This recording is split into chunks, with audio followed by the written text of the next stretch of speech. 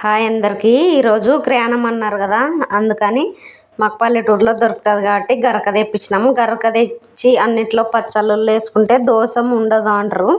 మళ్ళీ పొద్దున తీసేయచ్చు కదా గ్రానం అయిపోయిన తర్వాత. అందుకని మామిడికాయ పచ్చళ్ళు, చింతకాయ పచ్చడి మన ఇంట్లో నీళ్ళల్లోన అన్నిట్లో వేసుకోవచ్చు అనమాట. గరక వేసి మళ్ళీ పొద్దున ఇండ్లు క్లీన్ చేసేటప్పుడు అంత బండలు తుడుచుకునేటప్పుడు తీసేస్తే అయిపోయి గరక బయట పడేస్తే ఏమో అట్లా అన్నారు పెద్దలైతే. నాకు తెలిసిన చిట్కైతే నేను పాటిస్తాను అనమాట.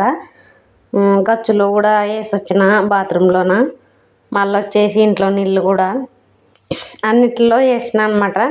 నాకు తెలిసిన విధంగా అయితే నేను పాటిస్తాను అనమాట. మళ్ళీ మనం ఎట్లా పడేయలేం కదా ఈ పచ్చళ్ళు.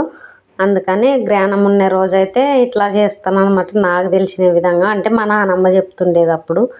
అందుకని ఇట్లా వేసుకుంటాము. ఎంతమందికి తెలుసు ఇట్లా గరక వేసుకోవడం గ్రానం రోజు. బాయ్. మళ్ళీ నా వీడియో నచ్చింటే ఒక చిన్న లైక్